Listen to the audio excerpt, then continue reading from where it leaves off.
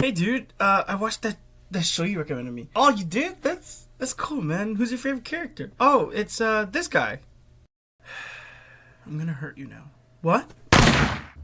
You ever watch a show or movie or read a book or play a game or whatever, and there's just a character in it that whenever they're present, you're just like, oh, not this guy again. And it is funny because a lot of stories can make characters who've murdered millions come off as better characters than those who just exist dependent on how the people respond to them. So today, as we explore the human emotion of pure hatred, we'll talk about fictional characters whose public execution I would skip the birth of my firstborn child for. Oh, that's a mouthful. Whatever. Anyway, this is your warning. If there are franchises mentioned in this video that might get spoiled for you, sorry. I'm still gonna talk about it because fuck you. Now let's get some obvious heavy hitters out of the way. You know, Mineta from My Hero Academia, little great pervert, but I do think it's funny that his classmates lobotomized him to be gay. Endeavor from the same series, the show tries to redeem him very hard, but, you know, assaulting your wife and beating your kid tend to, you know, cross a line that there's no coming back from. I also, this might be the first hot take, I don't like Aoyama. I find his flamboyance particularly annoying. That's really just it. Some more obvious heavy hitters we're just gonna get out of the way now.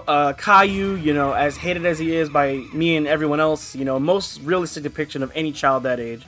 Every single Lannister and a little inbred child, Joffrey Baratheon, you know, being a douchebag is like hereditary for that family. Ramsay Bolton, Dolores Umbridge, for literally just being a bitch for no reason. Velma, Rey Skywalker, and Show Tucker. Alright, let's get into the nitty-gritty of, like, characters I would actually beat within an inch of their life myself. Starting off with this one, just because it's the only character I have from the show, Mordecai from regular show.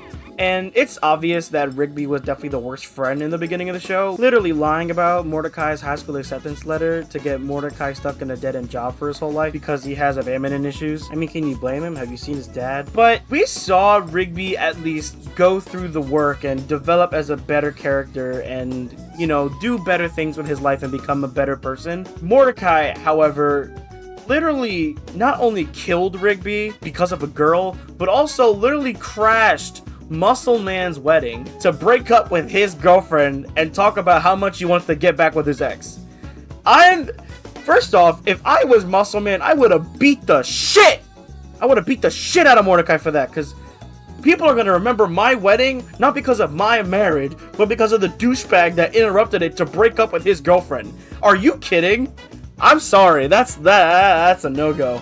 Alright, now let's talk about... This show is great at making characters that you just hate. Like, let's get the biggest one out of the way, Amber.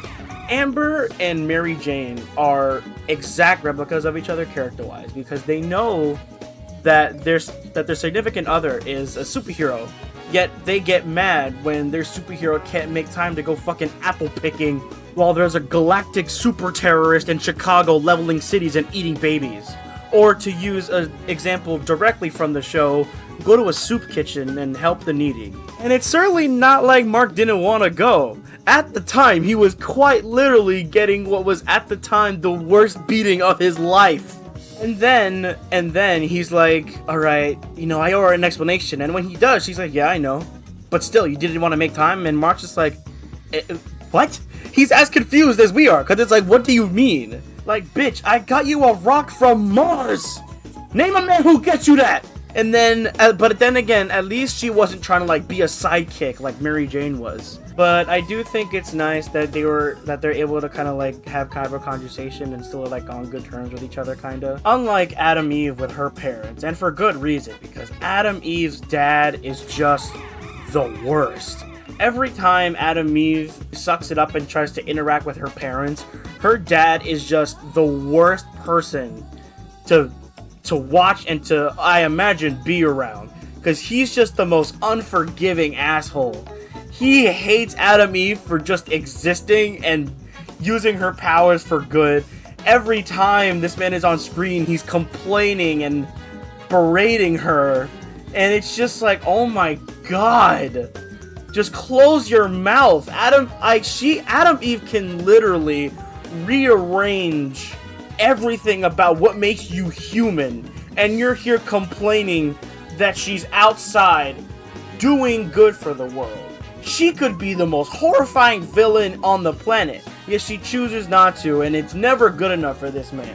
Adam Eve could literally save the entire planet, and Adam Eve's dad is like, yeah, but why are you here helping your fam? And like, it's just the worst. It is the worst. And if I had recorded this video maybe a year ago, Rexplode would have been on this list. But thankfully, like Rigby, he turned himself around and he is now one of my favorite characters in that entire show. Now, my most hated spot is actually two people, Duplikate and Immortal. These are the most entitled sons of bitches in this whole show, and I'm gonna explain to you why. First off, Immortal sucks. Let's just get that out the way. Immortal sucks. He's strong, but this man has not been useful. This man has been useful twice in the entire show. Maybe. Because in the first season, he is revived to fight Omni-Man, which lasts 10 seconds, maybe. And then he's going with Mark to Mars, where he actually is kind of useful in getting the victory for the team. But then after that, this man is just a waste of space. This man sits on his ass, throws a few punches, and dies. And if he's not doing that, he is on all fours sucking Cecil's dick! And also just constantly angry at the world because Mark is stronger than him, yet he'll never admit that. He's whining because the world is evolving and he's just on the sidelines trying to be useful. And I will say, my hatred for this character doesn't necessarily come from this.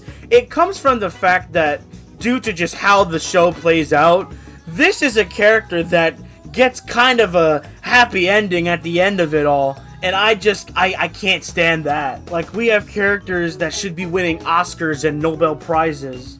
But no, let's give Immortal a house that's paid off, 15 cars, and a nice wife. Speaking of wife, let's get to his bitch wife.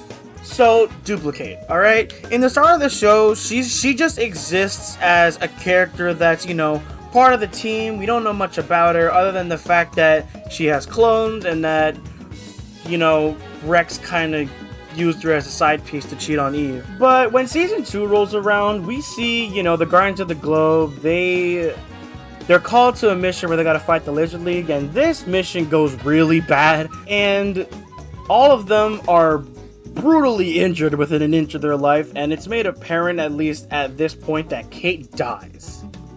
Until it's revealed that she didn't and kept a clone for safekeeping far in the mountains that, you know, she uses as like a scapegoat in case everything goes bad.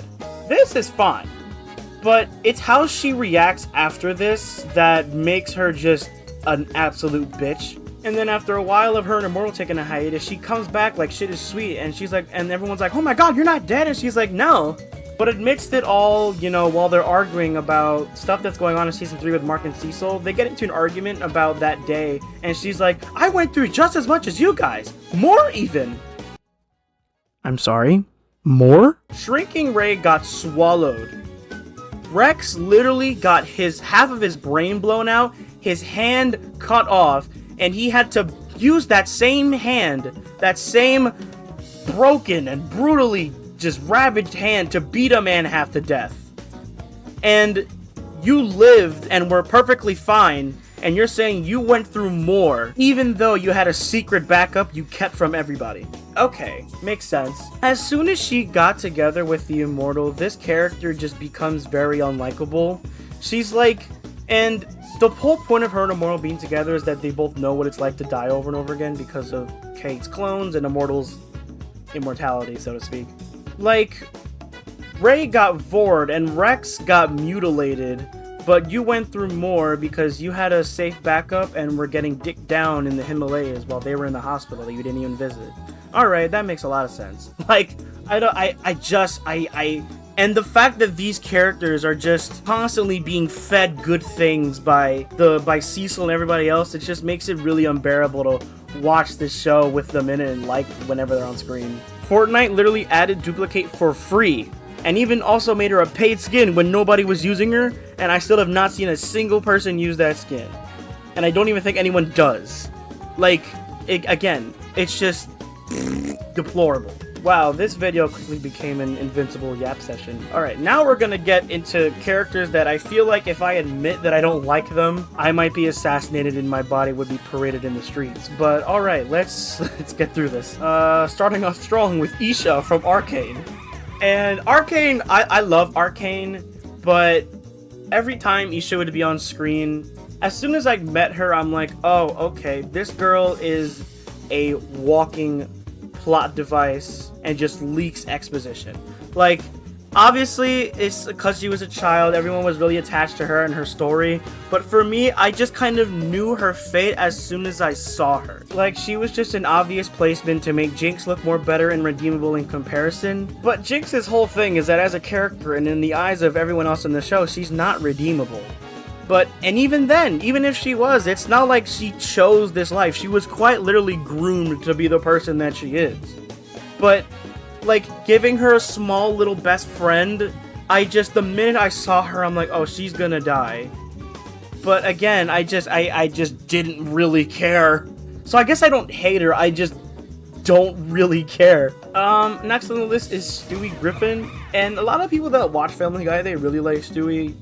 He's like their favorite character because he's always like, ooh, fat man, ooh, kill Lois, Brian. Like, for me, I liked the idea of the earlier seasons of Stewie where he really was just kind of an evil, conniving baby, and that was the whole thing. But the more I saw Family Guy, like, every scene he was in, he just stole the moment, even when he really didn't need to.